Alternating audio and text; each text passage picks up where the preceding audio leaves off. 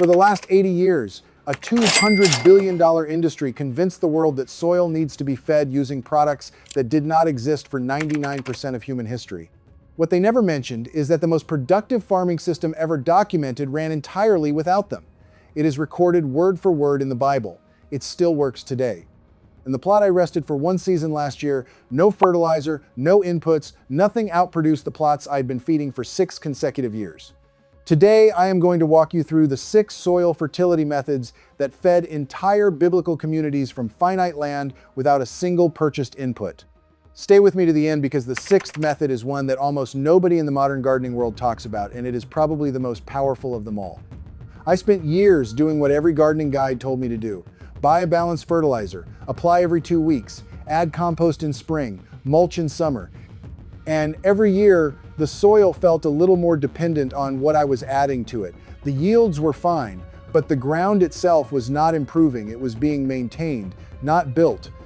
I remember standing in my garden one autumn, turning the soil after the last harvest, and realizing it looked almost identical to how it had looked 6 years earlier when I started. All that work, all that input. And the ground itself had barely changed. What I eventually understood is that modern gardening is built on a fundamentally extractive model. You take from the soil, you replace what you took with purchased inputs, and you repeat that cycle indefinitely. The soil never gets richer, it just stays functional enough to grow another crop. Ancient farming communities could not operate that way. They had no supply chain, no garden center, no bags of granules to apply on a schedule. They had to build fertility from what was already on the land, and they figured out how to do it so well that some of those same farming regions in the Middle East and Mediterranean have been continuously productive for 3,000 years. That is not an accident. That is a system, and it is one we can study, understand, and apply today. That long-term fertility did not come from constant production. It came from knowing when to stop. Before anything was added, before any technique was applied, there was a built-in pause, a deliberate break in the cycle of extraction.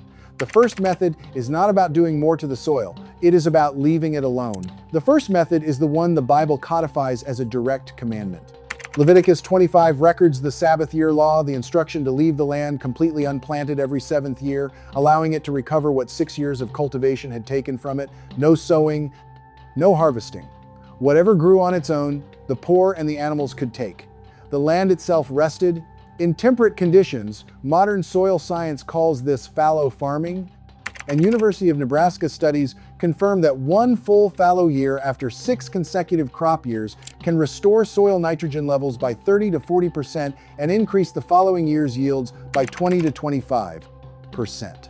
The soil microbial populations that drive nutrient cycling recover and multiply without the constant depletion of active root systems drawing from them. Organic matter accumulates. Nitrogen-fixing bacteria recolonize the topsoil. The land does not just recover, it rebuilds. We abandoned this because synthetic nitrogen made it economically unnecessary. The result? 40% of the world's agricultural topsoil has been degraded since 1945. That is method 1.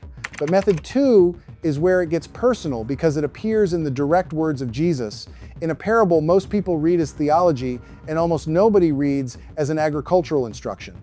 The second method appears directly in the words of Jesus. In Luke 13, verse 8, a gardener pleads for one more year with a struggling fig tree, saying, "Let it alone one more year while I dig around it and apply manure." This is not metaphor, it is an agricultural instruction delivered as common knowledge. Every household in biblical Israel kept animals. Their waste was the primary fertility input for the land around them. What aged animal manure brings to soil is not primarily nitrogen, phosphorus, and potassium, though it delivers those too. What it brings is life. 1 gram of properly composted manure contains between 1 and 10 billion microorganisms, the majority of which are beneficial soil organisms. These microbes produce enzymes that break organic compounds down into plant-available nutrients continuously, building a living biological system that generates fertility long after the manure itself has been absorbed. Penn State Extension data shows 2 consecutive seasons of aged manure application doubles soil microbial diversity and increases long-term fertility, independent of further inputs. The sheep and goat manure most common in biblical Israel carries strong NPK values, approximately nitrogen at 0.9%, phosphorus at 0.5, potassium at 0.8 in fresh form, and was spread directly into the root zone of struggling plants, exactly as the parable describes. Method 3 is the one that hid in plain sight inside a law that everyone reads as charity and almost nobody recognizes as one of the most sophisticated soil management systems in the ancient world. The third method is embedded in a law that looks, on the surface, like charity. Leviticus 19 instructs farmers not to reap to the very edges of their fields, and not to gather the gleanings of their harvest, leaving them for the poor and the foreigner. The agricultural effect of this law, which modern scientists have confirmed, is the creation of permanent nitrogen-fixing buffer zones at every field margin. The unharvested plant matter decomposed back into the soil. Wild legumes and herbs that grew freely between harvests acted as natural cover crops, returning nitrogen from the atmosphere into the ground. Cultivated leguminous plants grown as dedicated nitrogen fixers fix between 50 and 200 pounds of nitrogen per acre per season through root bacteria, and even wild edge legumes in untended conditions contribute meaningfully to soil fertility at field margins, though at more modest levels. The gleaning law was charity and agronomy. Simultaneously, it ensured that the poorest members of society had food, while ensuring the edges of every field were continuously restoring the nitrogen the center was depleting. The fourth method comes from fire. Every biblical household cooked over wood daily, producing significant quantities of ash that went back into the garden. Wood ash is potassium-rich, calcium-dense, and pH-raising analysis shows potassium at 3 to 7% and calcium at 20 to 30%. In acidic soils, it functions as agricultural lime plus potassium fertilizer simultaneously. More significantly, partially burned wood, what we now call biochar, creates a permanent porous carbon structure in the soil that holds water, nutrients, and microorganisms for centuries. The principle is illustrated by terra preta, the ancient Amazonian black soil formed from centuries of deliberate charcoal and organic waste accumulation, which remains among the most fertile documented earth on the planet thousands of years later. Terra preta is not a direct product of simple ash application, but it demonstrates what biochar-enriched soil can achieve over time. Cornell University studies show biochar-amended soils retain 18% more water and produce 25% higher crop yields compared to unamended soils. Numbers 19 describes the ash of burnt offerings being gathered and stored in ancient Israelite gardens surrounding altar sites were documented as exceptionally productive. The connection between ritual fire and agricultural fertility in the ancient world was not coincidental. The fifth method is embedded in Deuteronomy's farming calendar and reflects an understanding of soil depletion and recovery that predates European agricultural science by over 1,000 years. The ancient Israelite rotation cycled between grain crops, legume crops, and fallow wheat and barley, depleting nitrogen, lentils, and chickpeas, restoring it, the fallow year, allowing the soil biology to recover what both had left behind.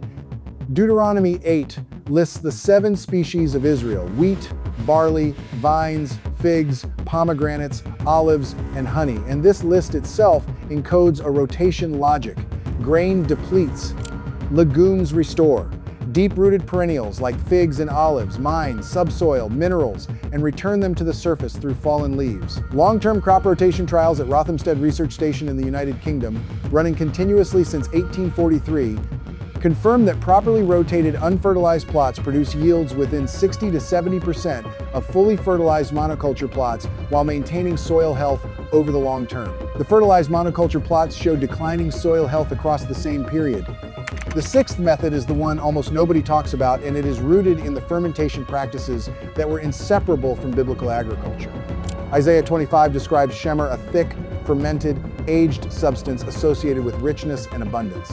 Psalm 75 mentions the dregs of wine. In agricultural practice across biblical Israel, the fermented residues of winemaking grape skins, pulp, seeds, and fermented liquid and the press waste from olive oil production were applied directly to the soil around fruit trees and vegetable plots. This was fermentation-based liquid fertilizer, used continuously in the same regions where the Bible was written. The science behind it is now well established. Fermented plant material contains lactic acid bacteria that suppress soil pathogens, wild yeasts that break down organic matter into bioavailable nutrients, plant growth hormones released during fermentation, and concentrated potassium and phosphorus from the grape and olive tissue itself. Korean natural farming, a modern agricultural system built directly on these ancient fermentation principles, documents 20 to 40% yield increases from fermented plant juice applications in peer-reviewed trials. The method is simple: fermented plant material soaked in water, diluted, and applied to the root zone, and it costs nothing beyond time. The biblical shemer application is the oldest documented version of what modern regenerative agriculture now calls fermented plant juice. Ancient Israelite farmers were not stumbling onto this by luck. They were observing that fermented organic material applied to the soil produced measurably better results, and they built it into their agricultural calendar accordingly. It was not primitive, it was precise. What all 6 of these methods share is something worth sitting with for a moment before we move on. The post-war chemical nitrogen industry made all 6 of these methods economically unnecessary almost overnight. Synthetic NPK was cheap, immediate, and easy to measure. Agricultural universities shifted their curricula to reflect the new industrial model. Extension agents visited farms and promoted continuous cropping with chemical inputs. The language changed, old practices were labeled inefficient and backward, new ones were branded as modern and scientific. There was no profit motive to study or promote a system built from what was already on every farm: ash from the fire, manure from the animals, legumes from the rotation, fermented residues from the harvest. These inputs cost nothing to produce and could not be sold, and so they were not researched, not taught, and eventually not remembered. The result is a modern gardening culture that has outsourced its fertility to a supply chain and a generation of gardeners who have never seen a soil system that builds itself. The biblical farmers who developed these methods were not working from religious sentiment alone. They were feeding large communities from finite land in a dry climate, season after season, without degrading the ground beneath them. The land they farmed 3,000 years ago is still farmable today. That is the definition of a system that works. 6 methods. All of them practiced for over 3,000 years. All of them scientifically confirmed. All of them free. The only reason you did not learn them from a gardening book is that there is nothing to sell in any of them. If you want to go deeper on how these methods connect to the plant that mechanically does what all 6 of these laws are trying to achieve, pulling nutrients from 6 feet underground and delivering them directly to your root zone, we have a video on the biblical herb buried next to plants that triples the harvest. Click on it and we will see you there.